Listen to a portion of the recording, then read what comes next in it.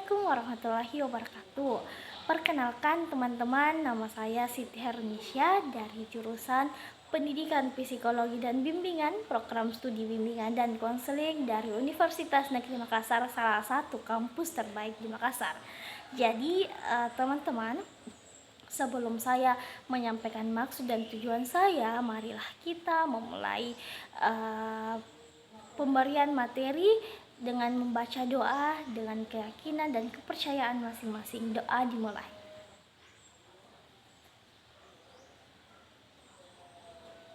Baik, doa selesai. Jadi teman-teman, bagaimana kabarnya hari ini? Saya berharap kita selalu berada di lindungan Allah Subhanahu wa Ta'ala dan dengan keadaan sehat walafiat. Jadi pada video kali ini pasti teman-teman bertanya, apa sih video apa sih ini? Jadi video ini saya buat untuk memberikan layanan bimbingan klasikal dengan topik pengenalan program dan pengendalian diri bidang layanan karir.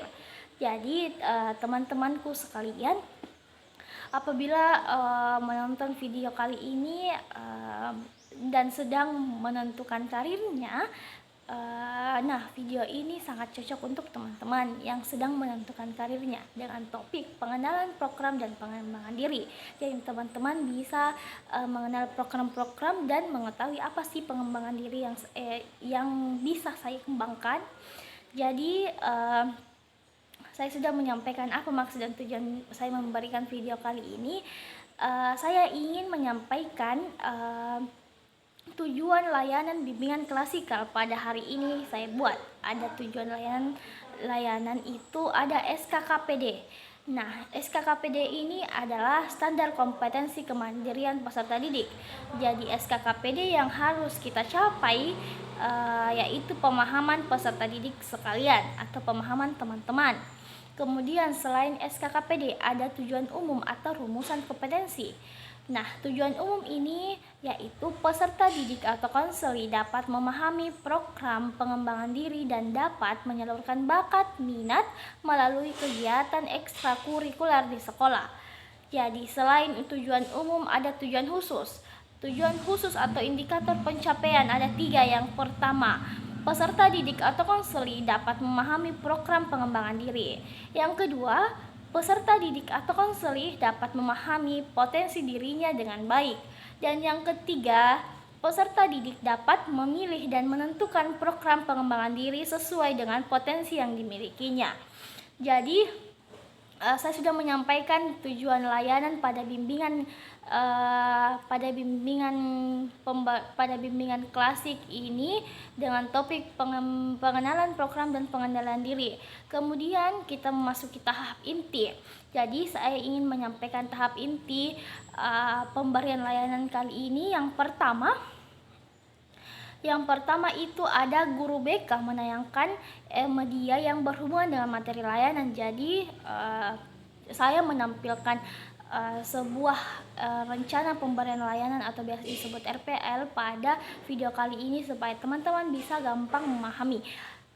Kemudian saya memasuki pemberian layanan pada video kali ini dengan materi pengenalan program dan pengendalian diri. Jadi teman-teman, setelah pemberian layanan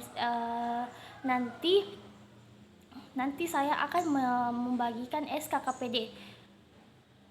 Jadi materi yang sekarang saya ingin bawakan yaitu pengenalan program pengembangan diri seorang remaja.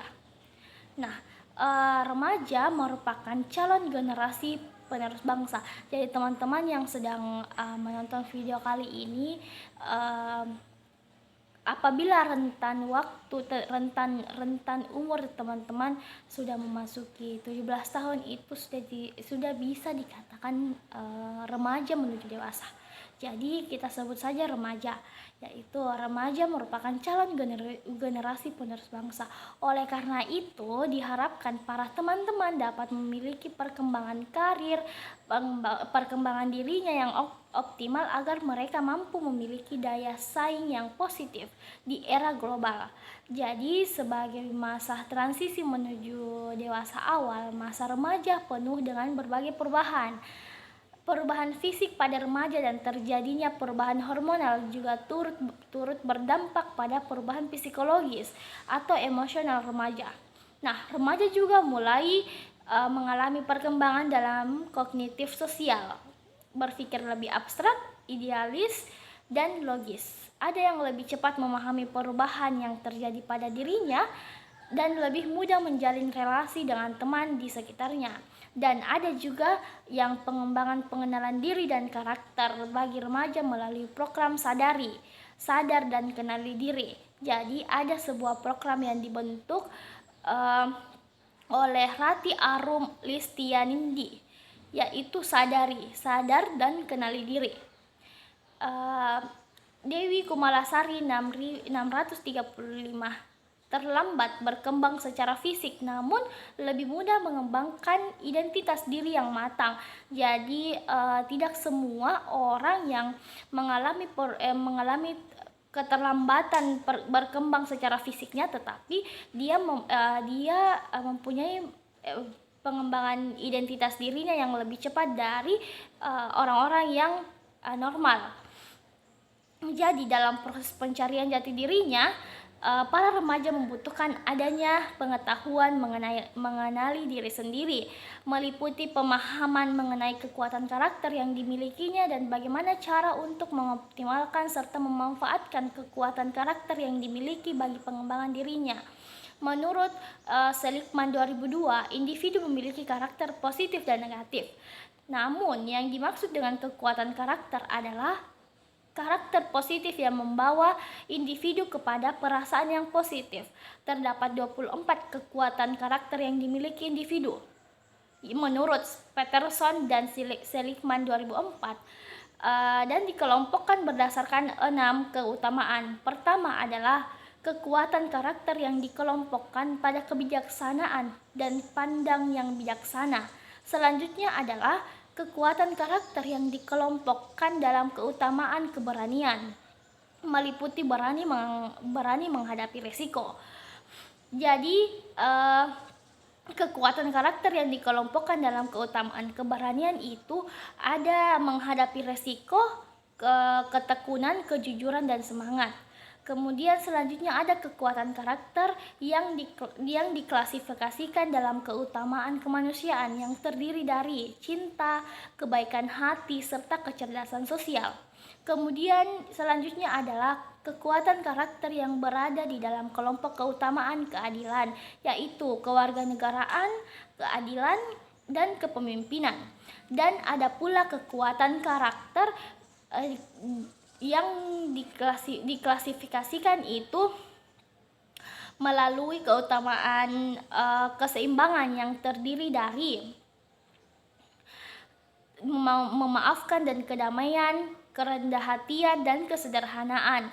Terdapat juga kepercayaan dan regulasi diri. Jadi kekuatan karakter yang diklasifikasikan ke dalam keutamaan keseimbangan itu ada 5, yaitu memaafkan, kedamaian, kerendah hatian, kesederhanaan, dan regulasi diri. Dan yang terakhir kekuatan karakter yang dikelompokkan dalam keutamaan transendensi yang terdiri atas penghargaan atas keindahan dan keunggulan, kebersyukuran, harapan, humor, dan spiritualis.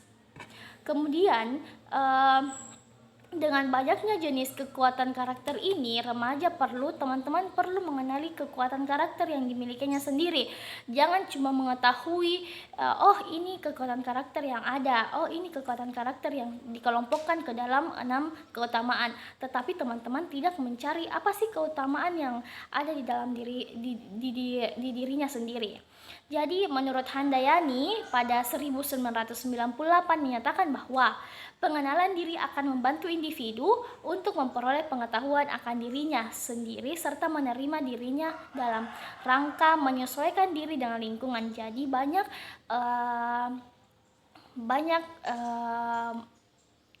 masalah-masalah yang timbul di dalam lingkungan teman-teman atau lingkungan keluarga teman-teman yang sedang mengalami tidak menerima dirinya, dalam artian mempunyai kekurangan dan dia tidak menerima dirinya atas kekurangan itu. Jadi pentingnya untuk memahami 6 keutamaan karakter diri itu sendiri yang tadi saya sudah jelaskan. Jadi apabila teman-teman mempunyai atau ada di lingkungan teman-teman yang entah itu temannya atau keluarganya yang tidak sedang menerima dirinya dalam keadaan mempunyai kekurangan, jadi perlu teman-teman untuk menyampaikan, oh ini ada 6 keutamaan yang harus kita tahu dalam kekuatan karakter yang ingin kita miliki.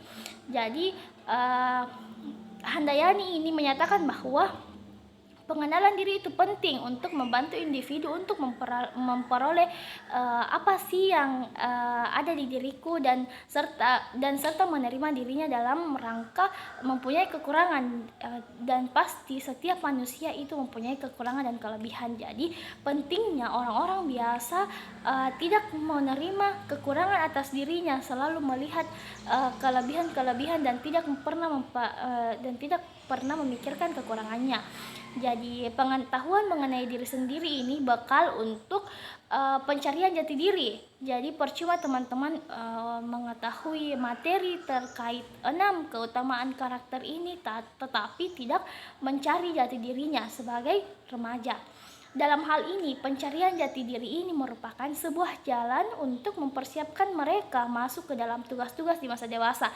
Jadi, tugas-tugas di masa remaja itu sangat berbeda dengan tugas-tugas di masa dewasa.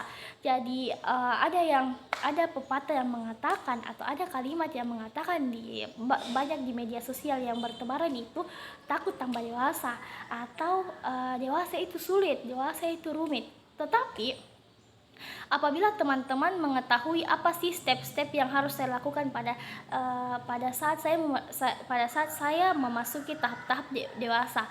Jadi pada saat remaja, teman-teman harus mengetahui, saya sudah mau masuk di dalam tahap dewasa. Jadi teman-teman harus mengevaluasi apakah teman-teman sudah melakukan tugas-tugas di masa remajanya atau belum. Apabila belum, teman-teman harus melaksanakan di tugas-tugas dewasa. Teman-teman sudah harus sematkan di pikirannya teman-teman bahwa saya harus lebih bagus daripada masa-masa remaja, karena kan pada saat masa-masa remaja teman-teman tidak menyelesaikan tugas-tugas perkembangannya. Jadi pada saat masa-masa dewasa teman-teman harus menyiapkan itu sendiri dengan cara pencarian jati diri. Jadi tugas-tugas di masa dewasa ini seperti tentunya lebih rumit dan tidak ada kata rumit apabila teman-teman mau mencari jati dirinya itu. Jadi di masa-masa dewasa itu seperti menikah, berkarir, dan membangun keluarga menurut Santrok 2002. Mengingat pentingnya pengenalan diri bagi perkembangan psikologis, maka terdapat beberapa permasalahan yang dapat terjadi ketika pengendalian diri yang kurang. Jadi apabila teman-teman itu tidak menyelesaikan tahap-tahap pengembangan dirinya itu, saya ingin menyampaikan akibat yang akan terjadi apabila teman-teman tidak mengendalikan diri dengan baik. Nah, permasalahan yang terjadi bila teman-teman tidak mengenali dirinya, diantaranya adalah mereka akan lebih untuk mengalami krisis identitas diri dan tujuan hidup. Jadi teman-teman apabila tidak mengenali dirinya atau dalam kurung tidak menerima kekurangannya, otomatis teman-teman pasti akan mengalami krisis identitas diri dan tujuan hidup. Jadi identitas dirinya teman-teman tidak diketahui, dalam artian bukan identitas kayak tinggal di mana tempat lahirnya, bukan begitu. Kayak identitas dirinya itu asalnya dari mana sih, maksudnya kayak dirinya teman-teman itu apa yang sudah teman-teman capai, kayak tujuan hidupnya apa. Tujuan hidupnya itu semata-mata hanya hidup bersenang-senang kah, atau tidak ada satupun yang ingin teman-teman capai. Kan dalam pengendalian diri itu teman-teman harus mencapai jati dirinya. diharapkan mencapai jati dirinya. Jadi apabila teman-teman tidak mengetahui identitas diri dan tujuan hidupnya, maka tahap-tahap dan tugas-tugas di masa dewasa itu tidak berjalan. Jadi sehingga melakukan hal-hal yang berisiko dan tidak sejalan dengan norma. Jadi biasanya teman-teman apabila tidak mengetahui identitas diri dan tujuan hidupnya itu berisiko untuk mengalami kesalahan-kesalahan di dalam norma-norma seperti norma agama, norma kesopanan. Contohnya, apabila teman-teman tidak mengetahui tujuan hidup, otomatis teman-teman pasti melakukan tindakan-tindakan kriminal. Contohnya kriminal, contohnya itu kayak melakukan pembegalan atau perampokan. Jadi pentingnya untuk mengetahui jati diri teman-teman. Tetapi pada saat ini ada program pengenalan diri dan karakter pada remaja, jarang teman-teman untuk melakukan pencarian jati diri apabila tidak bersungguh-sungguh dalam dirinya. Jadi banyak orang yang menganggap apa sih itu jati diri, suatu hal yang tidak penting, padahal ini sangat penting untuk mencapai tujuan hidupnya teman-teman, mencapai identitas dirinya teman-teman. Jadi upaya pengenalan diri itu pada dasarnya sangat dapat dijelaskan melalui teori persepsi diri atau self perception theory. Nah, teori persepsi diri ini merupakan perbandingan sosial maupun umpan balik. Jadi teori persepsi diri ini berkaitan dengan perbandingan sosial atau di lingkungan sosialnya itu sudah mempunyai teori-teori terkait identitas diri ini. Jadi identitas diri, pencapaian diri, mencapai jati diri itu sangat berpengaruh pada perbandingan sosial. Jadi teori persepsi diri menyatakan bahwa seseorang memahami sikap dan emosinya sebagai melalui pengamatan yang dilakukan terhadap perilaku atau lingkungan di mana perilaku itu terjadi. Jadi perilakunya teman-teman di lingkungan sosialnya itu diamati untuk mencapai identitas diri dan tujuan hidupnya. Melalui metode introspeksi orang dan mengerti apa yang dilakukan dan bagaimana seseorang merasakan dan bereaksi. Menurut Handayani pada tahun 1998. Nah, teknik pengenalan diri juga ini dapat dijelaskan melalui konsep jendela Johari yang melukiskan hubungan intrapersonal sebagai 4 jendela. Masing-masing sel menunjukkan daerah self, yaitu daerah publik, buta, tersembunyi, dan tidak disadari. Nah, masing-masing individu ini, masing-masing teman-teman ini perlunya untuk mengetahui identitas diri dan tujuan hidupnya. Jadi pola matriks sel yang berbeda, tetapi tujuan dari pelatihan pengenalan diri itu memperluas. Adapun tekniknya adalah pengungkapan diri memperluas daerah publik dengan cara mempersempit daerah tersembunyi, dan teknik menerima umpan balik yaitu memperluas daerah publik dengan orang, maka diharapkan akan lebih dapat memandang dan menilai apa yang dirasakan, apa yang dipikirkan, dan apa yang akan dilakukan. Jadi teman-teman apabila menerima kekurangan di dalam dirinya, pasti teman-teman itu tahu apa yang dirasakan, apa yang dipikirkan, dan apa yang ingin dilakukan. Nah, berdasarkan yang sudah dijelaskan mengenai pentingnya pengenalan diri dan karakter serta teknik pelatihan yang dapat dipakai untuk meningkatkan pengenalan diri, maka dirancanglah sebuah program pelatihan sadar dan kenali sebagai sarana pengenalan diri dan karakter bagi teman-teman. Nah, tujuan dari program sadari ini, sadar dan kenali diri, adalah untuk membantu teman-teman untuk mengembangkan kekuatan karakter yang dimiliki.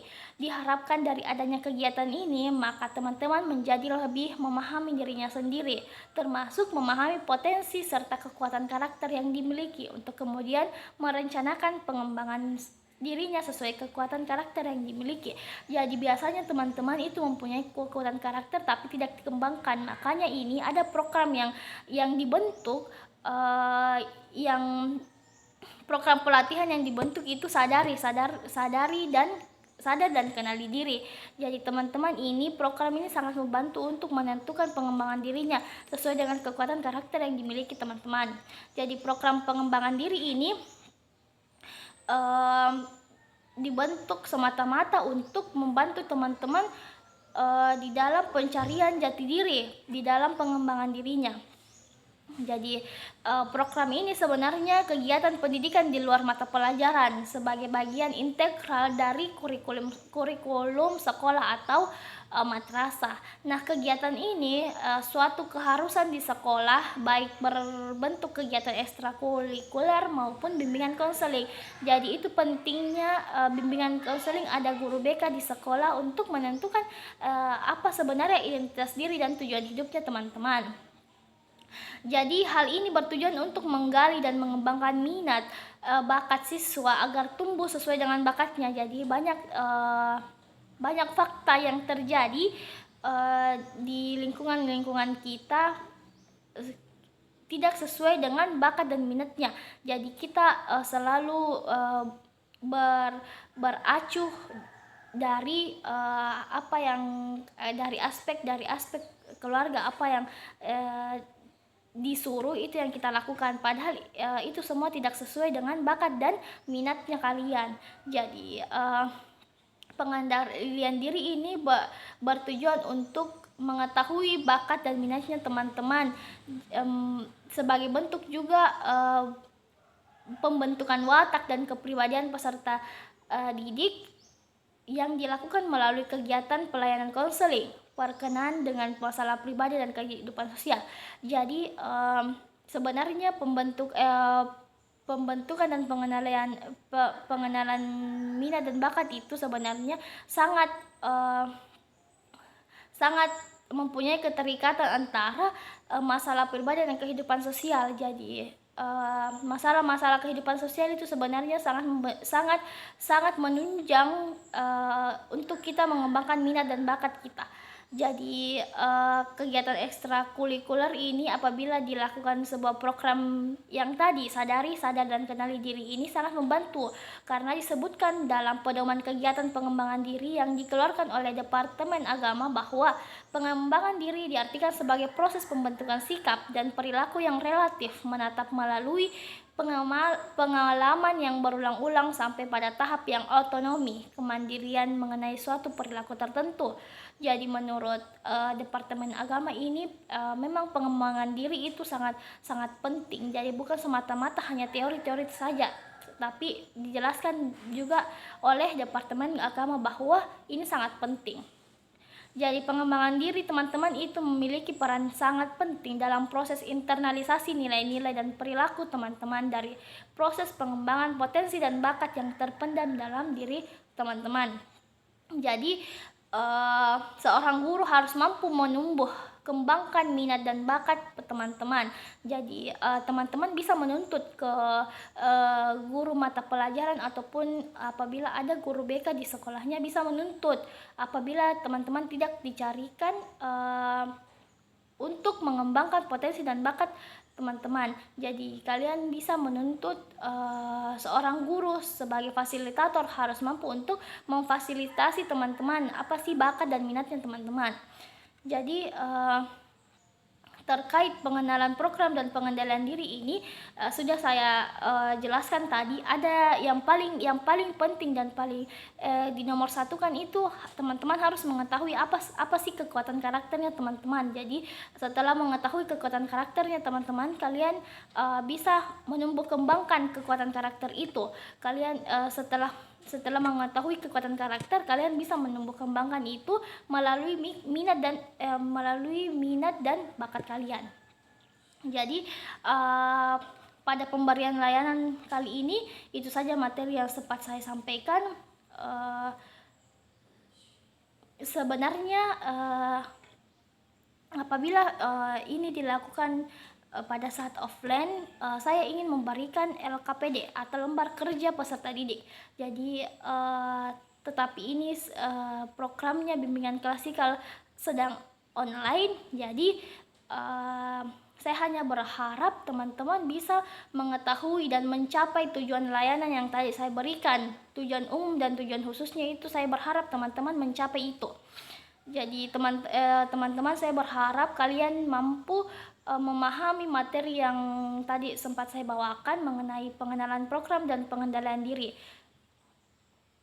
Jadi itu saja yang sempat saya sampaikan pada bimbingan klasikal pemberian layanan bidang karir ini.